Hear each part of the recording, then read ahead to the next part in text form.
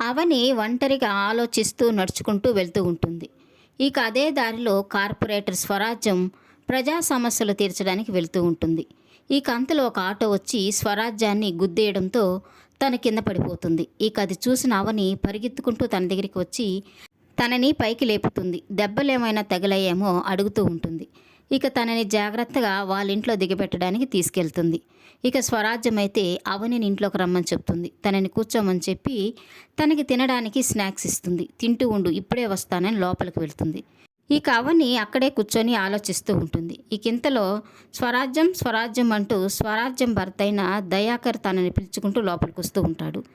ఇక తనని చూడగానే అవని ఒక్కసారిగా షాక్ అయిపోతూ ఉంటుంది. ఇతన్ని ఎక్కడో చూసినట్టుగా గుర్తుందే అని ఆలోచిస్తూ ఉంటుంది. ఇక తనకి అక్షయ్ పుట్టినరోజు నాడు వాళ్ళ మామయ్య నా ఫ్రెండ్ దయాకర్ అని చెప్పింది గుర్తుకొస్తూ ఉంటుంది. ఇక అవని అయితే మీరు మా మామయ్య ఫ్రెండు దయాకర్ కదా, మీరు ఆ రోజు మా ఆయన పుట్టినరోజుకి మా ఇంటికి వచ్చారు, నాకు గుర్తుంది అని అడుగుతూ ఉంటుంది. ఇక దయాకర్ అయితే ఒక్కసారిగా అవనిని చూసి షాక్ అయిపోతూ నువ్వు రాజేంద్ర ప్రసాద్ కోడలు కదా అని అడుగుతూ ఉంటాడు. ఇక అవని కూడా అవును అని సమాధానం చెప్పడంతో ఇక దయాకర్ అయితే చాలా సంతోషపడిపోతూ నీకు ఒక విషయం చెప్పాలి అని అంటుంటాడు.